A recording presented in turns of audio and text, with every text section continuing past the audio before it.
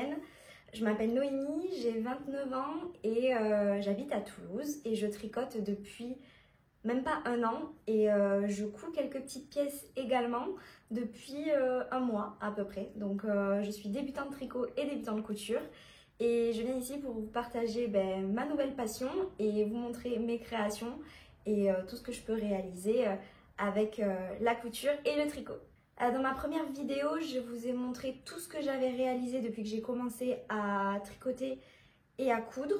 Donc n'hésitez pas à aller la voir, je vous la mets peut-être dans le petit i quelque part par là. Et aujourd'hui, je vais vous montrer mes encours du mois et ce que j'ai terminé, enfin ce que j'ai terminé, ce que j'ai essayé de terminer et ensuite je vous montrerai tout ce que j'ai en cours et tous les projets que je souhaite réaliser. Je vais commencer par vous montrer les 2 projets couture que j'ai réalisés et que j'ai terminés. Je me suis basée sur ce livre que je vous avais présenté la dernière fois qui s'appelle Des cadeaux en couture sans patron d'Huguette Paillette. J'avais réalisé les cotons démaquillants, les petits carrés démaquillants qui sont sur ce livre. J'avais trouvé ça très simple pour le coup, mais ça m'avait permis d'apprendre à coudre droit, donc ça c'est chouette.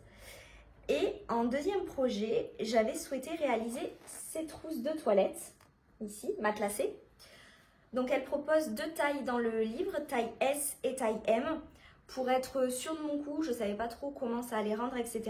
J'ai décidé de faire les 2 tailles, comme ça au moins j'étais sûre d'avoir la taille qui me convenait.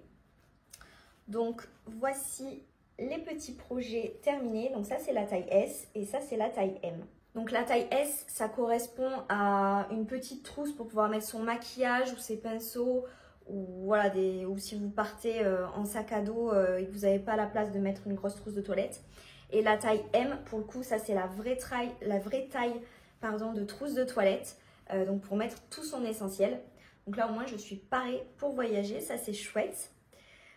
Au niveau du tissu, j'ai choisi un tissu fleuri que je vous avais présenté la dernière fois dans ma dernière vidéo. Il vient d'une boutique à Toulouse dont j'ai oublié le nom. Je vous le mettrai en bas de l'écran. Qui est très beau et je trouve qu'il rendrait très bien en petite blouse. Voilà. Donc c'est du coton. Ensuite j'ai acheté une doublure également chez Toto Tissu. Pareil en coton, en couleur un peu beige. J'ai acheté la ouate pour pouvoir faire le matelassage et des petites fermetures couleur assortie en fait à la doublure. Hop, je vous montre juste ici. Donc voilà, pour que ce soit assez discret. Et moi j'aime pas trop les fermetures où on voit vraiment le côté ferraille là. Donc là je trouve que ça se marie bien avec le reste, c'est plutôt cool. Donc au niveau de la réalisation, vous commencez par faire le matelassage. Donc j'ai réalisé le matelassage, c'était plutôt facile. J'ai trouvé ça plutôt simple par rapport au reste. Ça m'a permis de refaire des coutures droites, donc ça c'est plutôt cool et je m'en suis très bien sortie. Donc voilà, ça c'était un chouette exercice. Ensuite, on vient faire les petites, je sais pas comment ça s'appelle. En fait, on vient mettre des petites pattes là, ici, au niveau de la fermeture. Pattes de fermeture, peut-être que ça s'appelle, quelque chose comme ça. Donc là est apparue la première difficulté qui était de coudre un tout petit peu sur un tout petit bout. Et j'avoue que ça, j'ai eu un petit peu de mal pour pouvoir arrêter le fil au bon endroit. J'ai dû m'y reprendre à plusieurs fois, mais j'ai fini par y arriver. Donc c'est plutôt, je vais vous montrer un petit peu, c'est plutôt propre, je suis assez contente. Hop. Ensuite, on vient poser la fermeture. Donc en fait, on la pique une première fois sur l'endroit. Et ensuite, on vient faire un sandwich avec la doublure. Enfin, en fait, on vient prendre le bout de la fermeture pour en faire un sandwich. Ça aussi, j'ai dû m'y prendre à plusieurs fois. Mais je pense que j'ai choisi aussi un modèle un peu compliqué pour un 3e projet couture. Donc voilà, mais c'est pas grave. Donc j'ai tout enlevé, j'ai tout refait. Et ensuite, on vient surpiquer à 0,1 je crois du bord. Quelque chose comme ça. Et je m'en suis pas trop mal sortie non plus. Alors c'est pas hyper droit comme vous le voyez. mais ça pourrait être pire. Voilà. Donc on vient faire ça et ensuite on vient assembler donc les deux bouts de la doublure. Oh pardon, vous ne voyez plus. Par l'intérieur quoi. Et on laisse un petit trou pour pouvoir retourner après la trousse de toilette. On vient aussi faire des petites languettes. Donc de chaque côté, vous avez des petites languettes comme ceci. Donc ça aussi à coudre à la machine quand on n'est pas très habitué, c'est pas très simple de faire le bord droit. Bon, c'est approximatif, hein, mais ça se voit pas trop au final. Donc tant pis, c'est pas grave, c'est pas droit, mais il n'y a que moi qui le sais. Ensuite vient la partie la plus compliquée où on va faire, on va faire les côtés de la trousse de toilette. Et ça a été un calvaire, ça a été vraiment un casse-tête. Je regarde là parce que j'ai le livre juste en bas, en dessous. Ça a été hyper compliqué. Il a fallu ensuite découper la doublure avec le matelassage, le tissu matelassé. Je me suis trompée à un moment donné, j'ai découpé là où il fallait pas. Hop, c'est ici. Voilà, je pense que ça se voit un petit peu. J'ai découpé là sans le faire exprès. Bon, c'est pas bien grave. Et ensuite, il faut coudre en fait au niveau des carrés qu'on découpe. Et vous voyez, c'est pas très... Enfin, j'ai pas fait ça très bien. Je regarde dans mon retour d'écran si je vous montre bien. C'est pas très régulier, c'est pas très propre. Là, on voit que ce côté-là, il part un petit peu plus là-haut. Et là aussi, ici, j'ai quelque chose d'un petit peu caca. Là, je peux passer mon doigt. Donc voilà, c'est pas une très grande réussite pour ça. Là où j'ai eu des soucis également, alors je débute, hein, je le rappelle, hein, donc voilà, soyez indulgents. J'ai eu des petits soucis ici, comme on le voit, c'est pas très beau. Je ne sais pas trop ce que j'ai fait, ce que j'ai voulu faire, et en tout cas ce que je devais faire, pour être très clair. J'ai la même chose un peu moche de l'autre côté, voilà. Mais bon, hop, pardon. Mais bon, c'est pas bien grave. Ça ressemble de l'extérieur à une trousse de toilette. Elle fonctionne, la fermeture fonctionne. Il n'y a pas de trou à l'intérieur ou quoi. Tout rentre. La fermeture ferme parfaitement. Donc, on va dire qu'elle est validée. Et l'autre aussi. Donc, j'ai eu moins de... Pourtant, elle disait sur le patron que c'était plus difficile de faire la petite que la grande. Et au final, j'ai mieux réussi la petite que la grande. Allez savoir pourquoi. Donc celle-ci, elle est plus propre. Les embouts, j'ai quand même un petit bout là qui part vers le haut. Mais c'est quand même beaucoup plus propre. Et là, bon, j'ai refait la même bêtise. Je sais pas pourquoi, je pense que j'ai peut-être trop coupé à ras. C'est peut-être pour ça que ça fait ces petits trous là. Bon, c'est pas grave. Il n'y a que moi qui le sais. Et l'intérieur, pour le coup, est plus propre. Voilà. Bon, c'est pas non plus parfait, hein. L'autre côté est comme ça. C'est pas non plus hyper parfait, mais je trouve que c'est beaucoup plus joli que... Oh, j'ai oublié de refermer l'intérieur, dis donc. Mince. Bon, bah, j'ai oublié de fermer un petit bout. Je vous dis qu'elle est mieux réalisée, mais en fait, pas vraiment. Bon, c'est pas grave. Je m'en occuperai plus tard. Donc voilà, trop contente de ces deux petits projets en couture. C'est les deux seuls que j'ai et je n'ai rien en cours en couture. En fait, je suis invitée à un mariage pour le mois d'octobre et j'aimerais me réaliser une robe pour le mariage. Donc, je suis en train de réfléchir à quel type de tissu je prends, quel patron je prends. Donc voilà, pour le moment, je ne sais pas trop vers quoi me lancer. Et du coup, j'aimerais quand même m'entraîner sur cette robe avant de la faire dans mon tissu final. Donc je suis plutôt là-dessus pour le moment, donc j'ai un peu laissé tomber les petits projets comme ça. Et voilà, je vous en parlerai quand je me serai décidée. Donc voilà, c'était les petites trousses du livre des cadeaux en couture sans patron de Huguette Paillette. Voilà pour la partie couture. Pour la partie tricot, donc j'ai un projet qui est quasiment terminé. C'est le gilet Lars.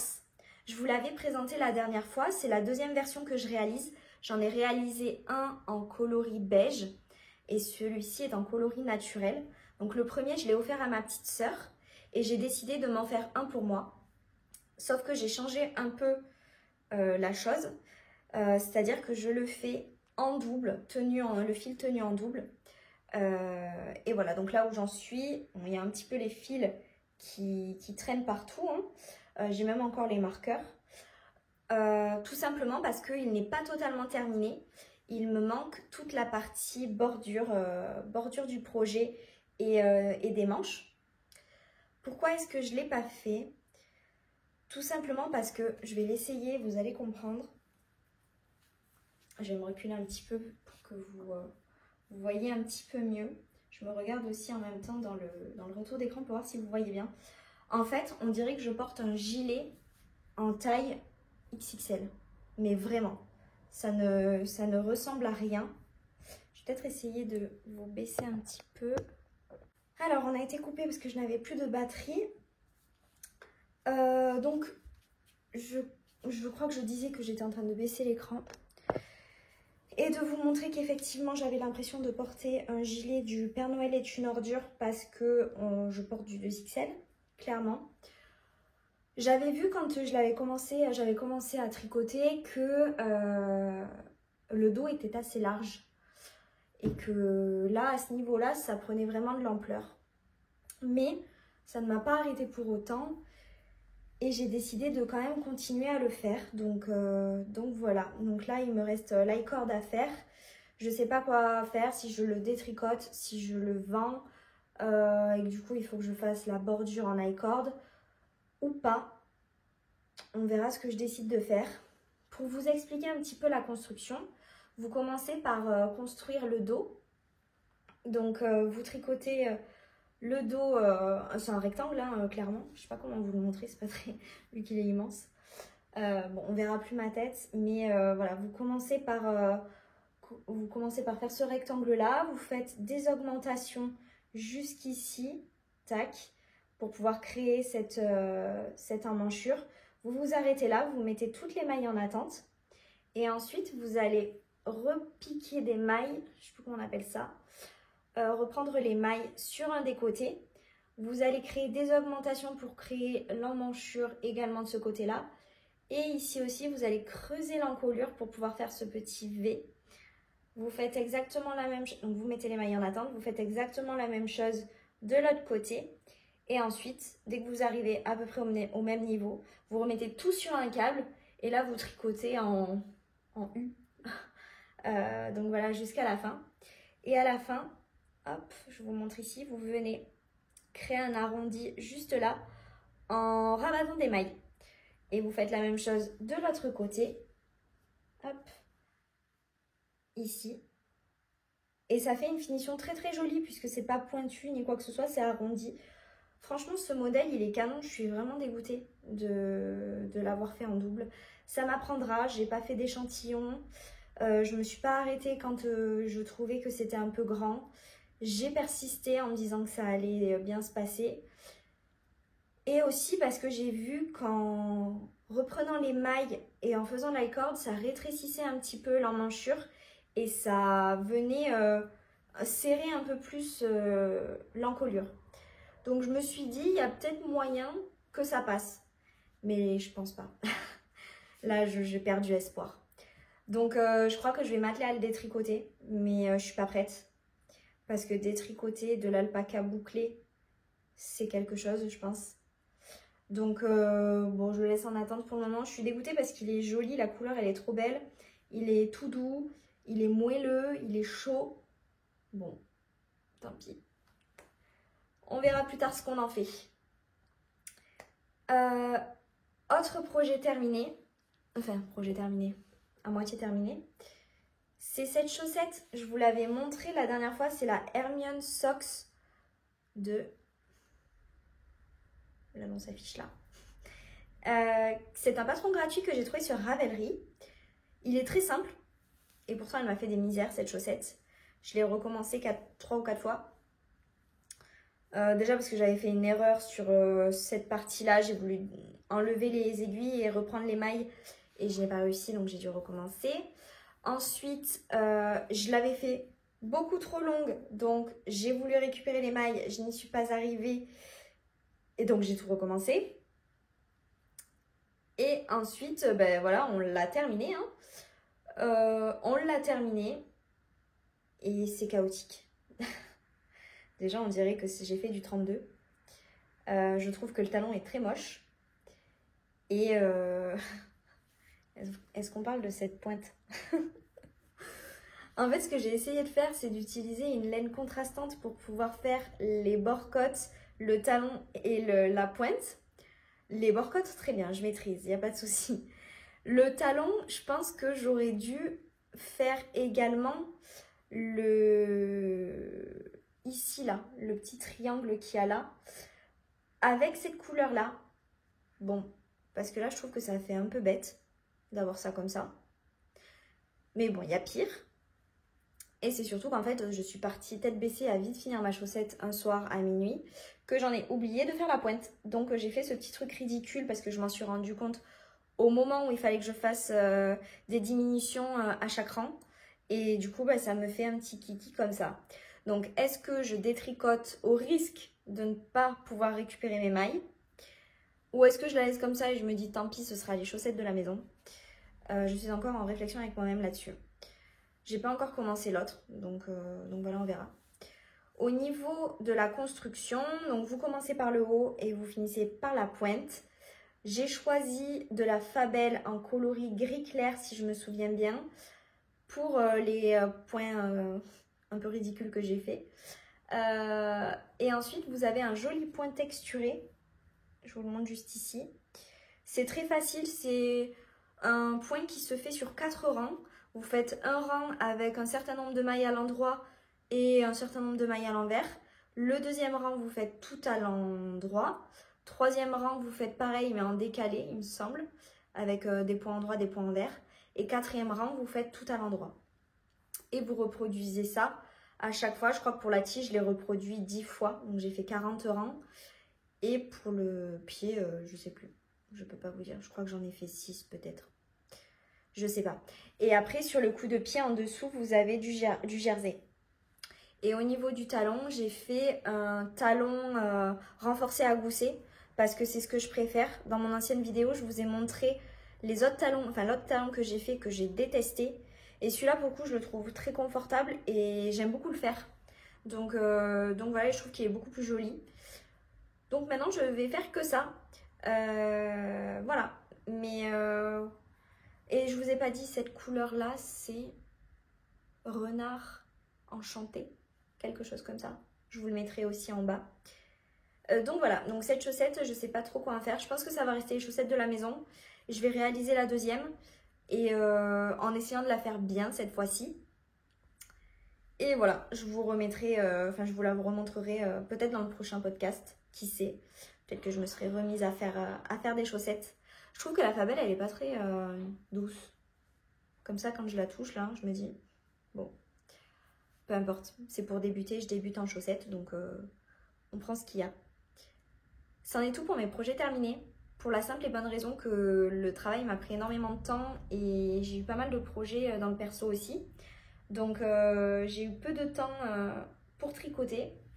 Donc j'ai commencé un pull que je vous montrerai tout à l'heure. Et j'en ai un deuxième. Puisque avec ma petite sœur, on s'y est pris hyper en avance pour le cadeau de ma mère, pour son anniversaire, qui est dimanche prochain, parce que là on est le 2, donc qui est le 7. Du moins, on lui offre le 7. Et donc, on a tellement tardé à se décider sur le modèle et sur la couleur, qu'on a fini par faire, que j'ai fini par faire un modèle tout simple, avec des laines qui me restaient dans mon stash. Et donc, je l'ai commencé il y a une semaine. Et il faut que je le finisse pour le week-end prochain. Donc ça va être sportif. Donc là pour le moment je suis à fond là-dessus. C'est un... je vais vous le montrer un peu plus comme ceci. C'est un modèle tout simple qui est le ciel de Stephanie Made. C'est un tutoriel qui est vraiment bien fait, qui se trouve sur sa chaîne YouTube, qui est gratuit. C'est un modèle qui est adapté aux débutants.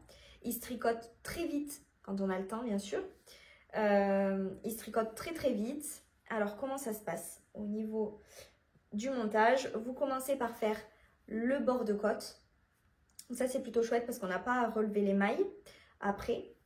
Donc vous faites le bord côte. Ensuite vous allez faire des rangs raccourcis pour pouvoir créer une petite hauteur au niveau du col arrière et pour que ça fasse un peu plongeant. Et ensuite, vous continuez à créer des augmentations en faisant des manches raglan. Hop, je vous le montre d'un petit peu plus près. Là, vous voyez bien les raglans. Ça fait une jolie petite tresse, c'est plutôt sympa. Donc voilà, le pull est très simple. Et donc là, j'en suis à la séparation des manches et du corps. Donc j'ai fait toutes les augmentations. Et là, je vais devoir tricoter tout droit pendant 26 cm, faire 6 cm de cote 1-1, je ne vous ai pas précisé tout à l'heure. Récupérer les manches, je crois que c'est des manches ballon. Donc je vais tricoter, tricoter, tricoter jusqu'à arriver à ma longueur.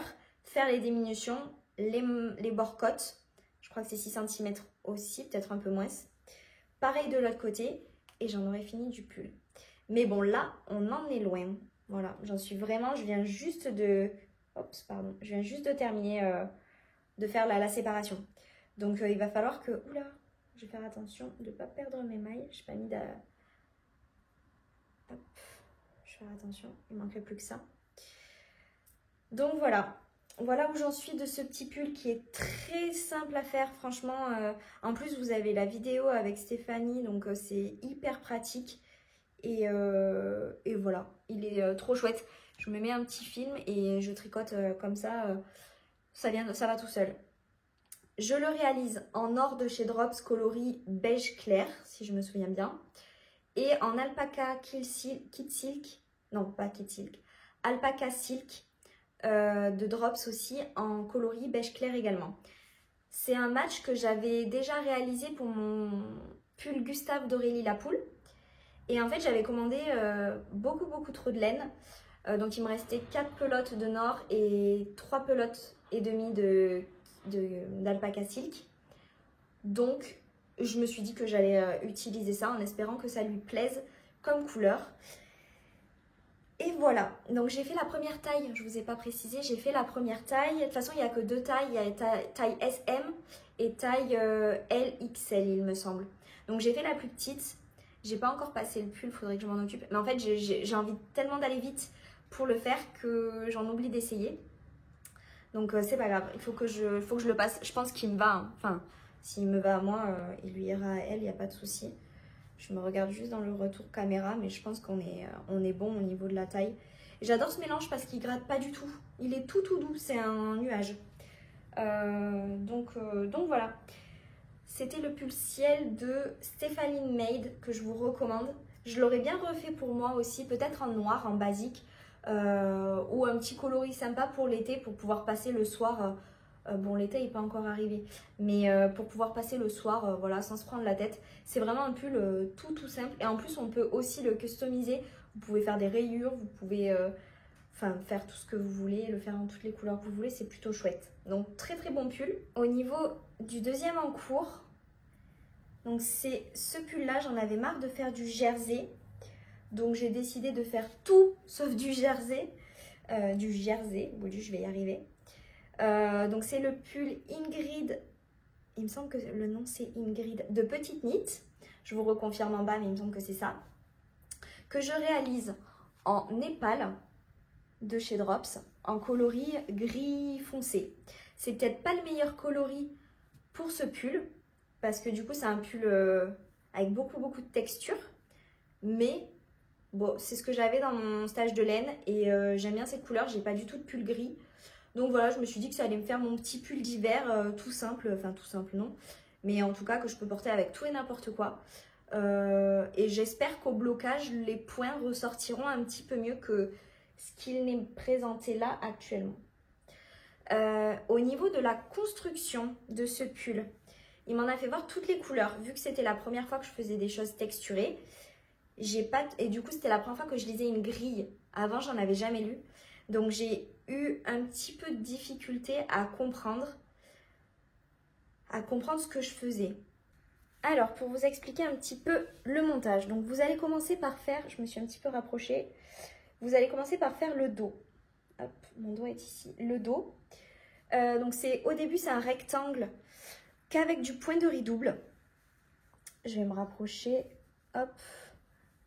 Juste là.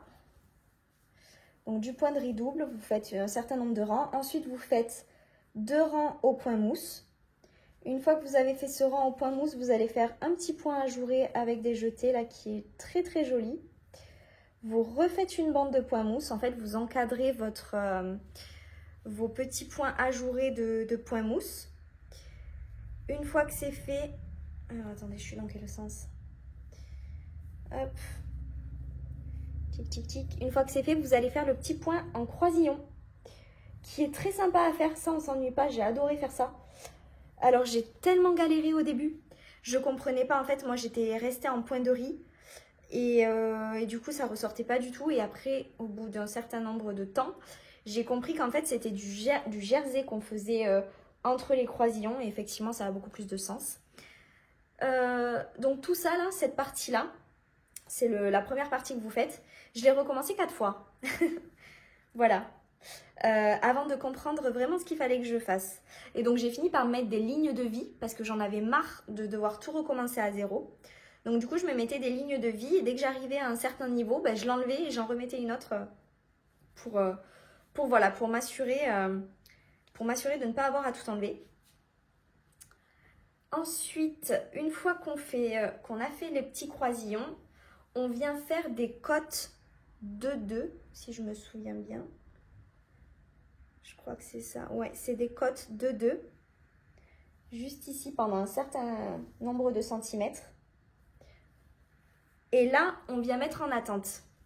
Ensuite, on vient relever les mailles au niveau du dos qu'on avait au tout début. On vient relever les mailles. Et là, on recommence à faire du point mousse, juste ici, avec notre petit ajourage. Je ne sais pas comment l'appeler. On refait du point de riz. Je ne sais pas si vous voyez très bien. On refait du point de riz et ensuite vous réencadrez votre maille ajourée de petits points mousse. Vous mettez en attente. Vous faites exactement la même chose de l'autre côté. Donc point mousse, ajourage, point mousse, point de riz, point mousse, ajourage, point de mousse. Et ensuite, on récupère les mailles, on va monter un certain nombre de mailles et là on part sur la partie croisillon pour le devant. Et ensuite c'est reparti, point mousse, ajourage, côte et vous rejoignez en rond avec un autre point, c'est un peu chaotique pour vous montrer, un autre encadrage, point de mousse, ajourage, point de mousse, point riz. Pareil, ajourage, etc. Et donc là, j'en suis au croisillon. Sauf que c'est la première fois que je vais faire les croisillons en rond. Et j'arrive à une difficulté sur le point ici, là. Sur celui qui est sur le côté. Juste là. Hop. En fait, j'ai du mal à lire la grille. Donc, je me suis arrêtée. Et un jour après, j'ai dû commencer le pull... de ma mère. Donc voilà où j'en suis pour le moment. Je suis trop fière. On ne voit plus, mais je suis trop fière parce que je le trouve trop beau et c'est un vrai challenge.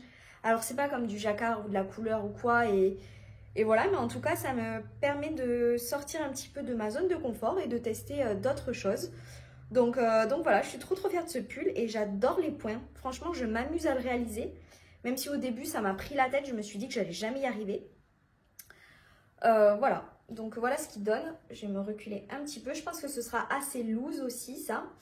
Ça va être chouette. Et cette laine est pas mal. Alors, elle picote un petit peu, mais je pense qu'elle s'adoucit. C'est la laine que j'avais utilisée pour mon écharpe aussi. Et c'est vrai qu'elle me gratouille un petit peu la gorge. Donc, on verra avec ce petit pull ce que ça donne. Au pire, je testerai des petits remèdes de grand-mère, du genre le mettre au congélateur ou quoi. Pour que ça gratouille un petit peu moins. Hop.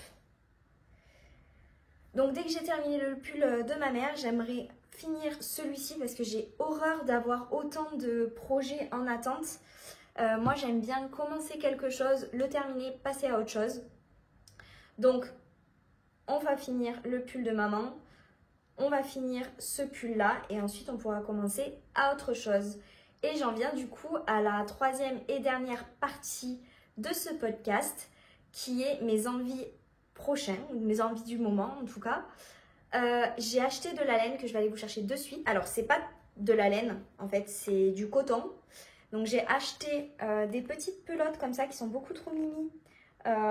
C'est de la Drops Safran, donc c'est du 100% coton, pardon. Donc je l'ai prise en coloris noir et je l'ai prise en coloris naturel puisque j'aime pas trop le blanc, les lainages blancs. Donc je me suis dit que le coloris naturel ce serait plus sympa. Et j'ai pour projet de me faire les débardeurs de chez Kedri, je sais plus comment, je vous mets le nom ici. Je vous mettrai une petite photo des débardeurs qui sont beaucoup trop beaux. Donc j'ai 3 pelotes de chaque. Donc mes prochains projets, ça va être des petits débardeurs pour l'été en coton. Donc un noir et un blanc naturel. Voilà. J'aimerais également me réaliser un gilet parce que j'en ai jamais tricoté encore. Un petit gilet pour l'été. J'ai vu celui de Massimille. Je sais plus comment il s'appelle. Je vous mettrai la petite photo ici. Alors je pense que c'est de la brioche. Donc là je crois qu'on est sur un niveau assez complexe. Mais je trouve que pour l'été ils sont sympas. Donc je vais peut-être me faire ça. Je verrai. Donc ça c'est pour la partie tricot. On va s'axer en tout cas pour le moment sur la partie débardeur. Ce sera déjà très très bien. Et pour la partie couture, donc je vous ai dit tout à l'heure que je souhaitais me créer une robe pour un mariage que j'ai en octobre. Je pensais me faire une robe que j'ai vue, je suis tombée sur ça sur Instagram. Je vous mettrai le nom ici et une capture d'écran de la robe que je souhaite me faire. Je la trouve sympa parce qu'elle est décolletée devant et décolletée dans le dos et on peut la faire à la longueur qu'on veut et je me dis qu'elle n'est pas trop compliquée. Donc voilà, pourquoi pas faire ça. Au niveau de la couleur du tissu, j'hésite à faire de l'uni ou du fleuri. Je pense que je partirai plutôt sur de l'uni, c'est quelque chose que j'arriverai beaucoup plus à porter par la suite, après le mariage. Et en fait, vu que c'est en Italie, il va faire quand même très beau encore en octobre. Donc voilà, je vais quand même essayer de choisir un coloris qui est assez peps. Donc peut-être que je vais partir sur quelque chose de fuchsia ou de rouge. Voilà, pour les petites idées que j'ai. Bleu marine peut-être, si j'ai envie de jouer le sobre. Voilà, et j'aimerais un tissu assez fluide, que ce soit léger, que ça bouge. Donc voilà, vu que je suis nulle pour le moment en couture, je sais pas vers quoi je vais me diriger. Donc il faut vraiment que j'étudie la chose, que je me fasse une toile, je crois qu'on dit ça comme ça dans le milieu, et que je vois ce que ça donne. Donc voilà pour mes envies couture et mes envies tricot. Donc je vais me dépêcher d'aller finir mon petit pull ciel pour ma maman et ensuite je ferai mon Ingrid sweater de petite knit. Et du coup je vous retrouve le mois prochain, je l'espère, si tout est terminé. Et voilà, je vous en dirai plus en tout cas sur les projets que j'ai en cours et ceux que j'aurai commencé. Merci beaucoup d'avoir regardé cette vidéo. Si elle vous a plu, n'hésitez pas à me le dire en commentaire, à vous abonner, à me mettre des petits cœurs, ça me fera toujours plaisir. Et je vous dis à très vite dans un prochain vidéo.